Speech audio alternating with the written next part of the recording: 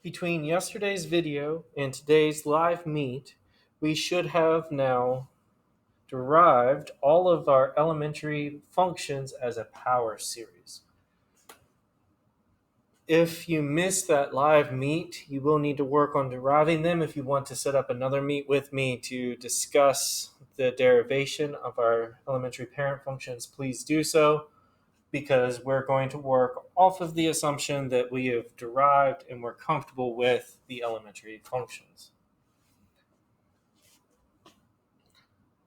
The form for our convergent power series, notice that this is based off of a Taylor polynomial. This is the exact Taylor polynomial form. If you don't have this down in your little notebook, I would definitely at least have the nth term idea down.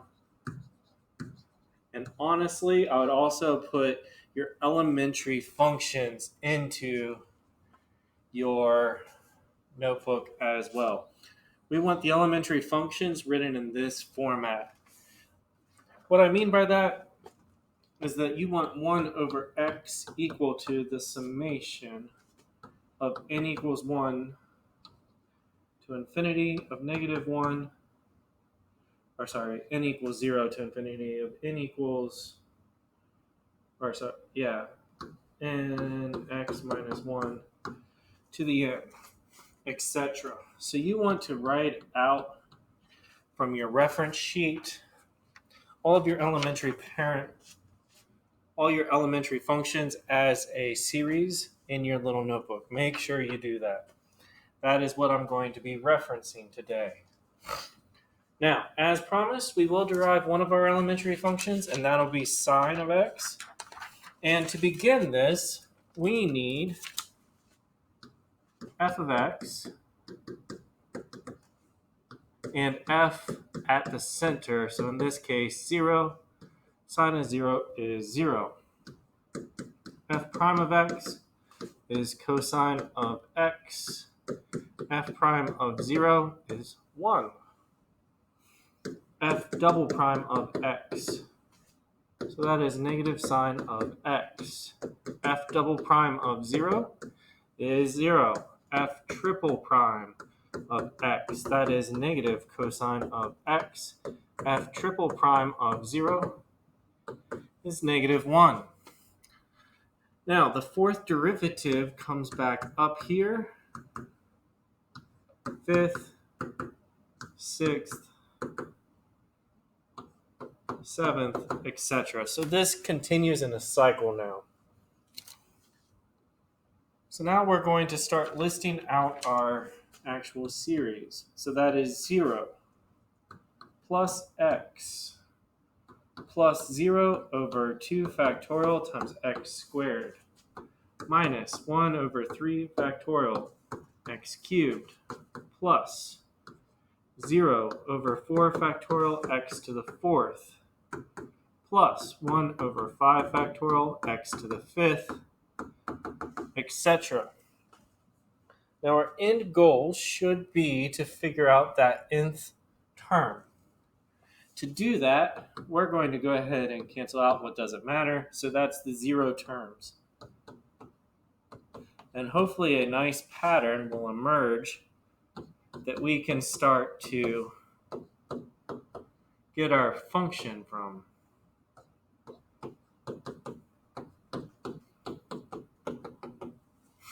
And hopefully it starts to dawn on you that this is all of our odd numbers. Starting at a positive though, so that'd be x to the n.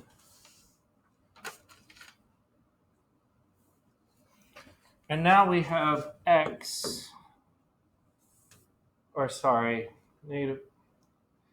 x to the 2n plus 1, I'll just make this a fraction, over, that's 2n plus 1 factorial.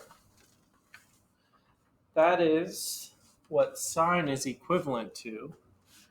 So sine of x is equivalent to the summation of n equals 0 to infinity of negative 1 to the n, x to the 2n plus 1 over 2n plus 1 factorial. That is one of our elementary parent functions defined as a series. Now, we need to figure out the radius of convergence. To do that, we're going to refer to our ratio test, which is the limit as n approaches infinity of the absolute value, of our next term. Now the absolute value cancels out our alternating bit, so we just have x to the 2, the next term,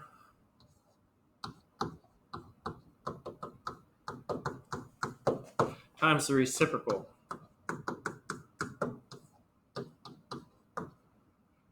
And since it's plus 1, I'm going to go ahead and bring down an x since there isn't any simplification there.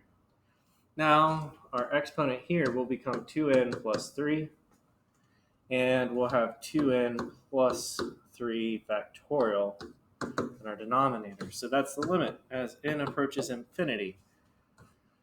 That's x to the 2n times x cubed divided by 2n plus 3 factorial. So that's 2n plus 3, 2n plus 2, 2n plus 1 factorial. We stop there because it matches now, times. That's 2n plus 1 factorial, x to the 2n times x. We have cancellation and reducing of a power. Now we're discussing the limit as n approaches infinity of x squared, the absolute value, over 2n plus 3 times 2n plus 2. As n approaches infinity, that limit goes to 0, which is always less than 1. Therefore, r is infinite, meaning that sine of x is equal to our summation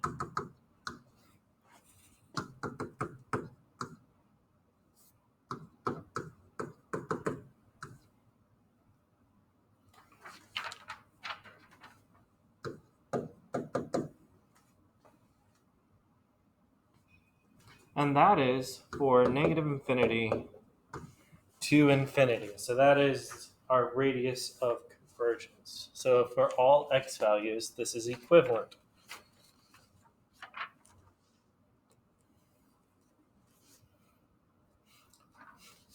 If the limit as n approaches infinity of Rn equals 0, for all of your x in your interval, that is the important part, the interval is your convergence interval, then the Taylor series converges and equals your function. R is your remainder. And that is your remainder from the Lagrange arrow bound. So if you don't remember that piece, you will want to go reference that. All right, here's the technical guidelines.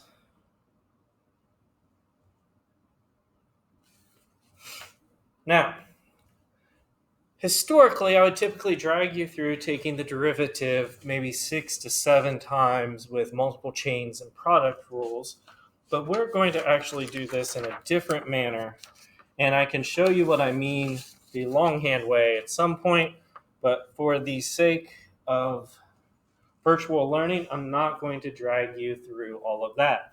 Instead, I'm going to refer to the theorem from our last piece with operation of power series, and we're going to use our rules to our advantage to help us out. So hopefully this will go well. Ask questions if you need to along the way, but this is what I'll be referencing. I'm going to go ahead and cut this video series, and then we'll begin with an example. Thank you for taking time out of your day to watch this. Make sure you continue the series.